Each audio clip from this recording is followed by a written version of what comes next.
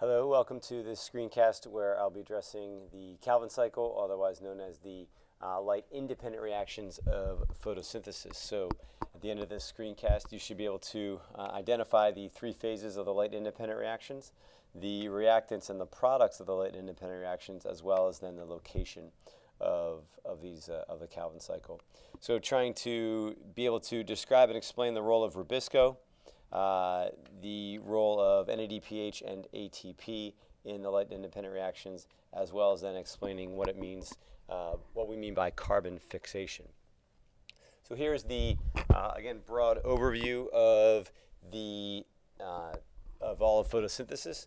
In previous screencasts, we had addressed the light-dependent reactions over here happening on the thylakoid membranes, where light is being utilized and water is being utilized, and we have oxygen as a byproduct. But really, the flow of electrons has generated the flow of electrons in the light-dependent reactions has generated a proton gradient, which has been able to be used to make ATP, as well as then also reduce NADP plus to NADPH.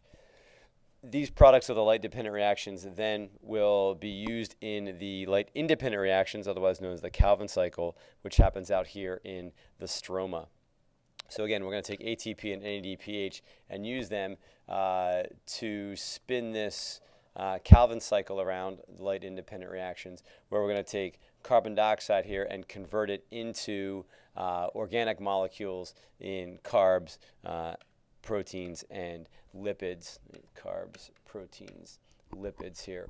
And again, this is, remembering back to earlier in the year, this is what's known as gross primary productivity, GPP, how much organics are made by these organisms in a specific area during a specific time. So we're going to look at the details of this now.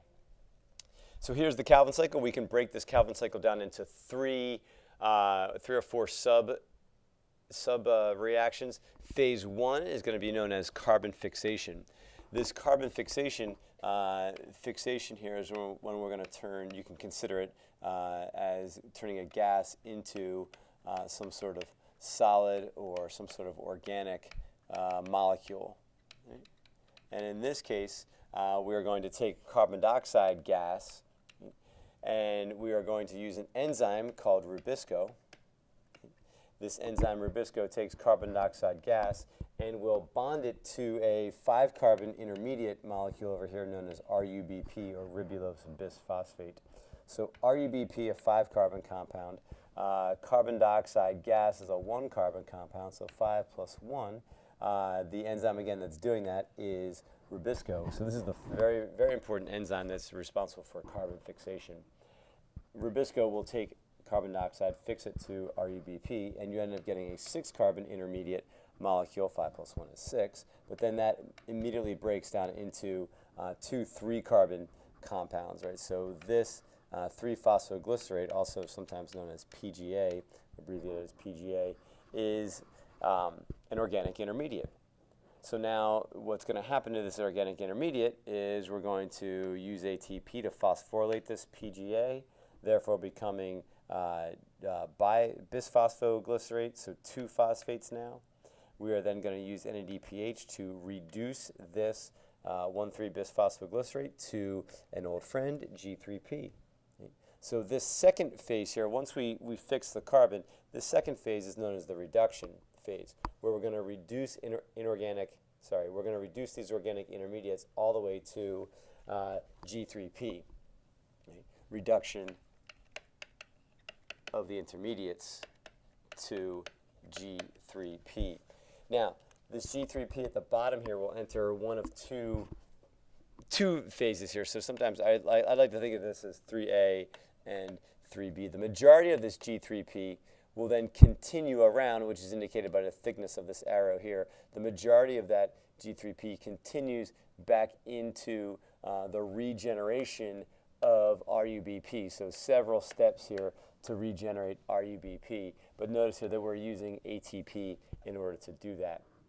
So the majority of that G3P that has been reduced goes along to remake RUBP. But some of that G3P is shunted out of the cycle by other enzymes and is used then to make glucose and other organic compounds. Right? read carbs, lipids, proteins, right? And even to an extent nucleic acids, of course. So this is the Calvin cycle. This is the light independent reactions. We notice that we do not need light directly in order to run this. The enzymes involved with this are out in the stroma, and we are using ATP. We are using NADPH right, here to first fix carbon dioxide, then to reduce it to G3P. Some of that G3P is used to make organics, and the majority of that G3P is used to recycle back around to get RUBP. So this is the Calvin cycle. Encourage you to look at these animations down here that are posted on Blackboard.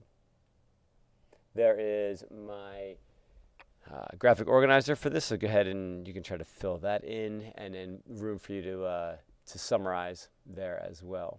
Right? So again, this screencast is, you should be able to now identify the 3 phases of the light independent reactions: reactants, products, the locations, as well as then describing the role of Rubisco, what role NADPH and ATP play in that, as well as then describing what happens during carbon fixation. Okay, thanks for listening. See you in class.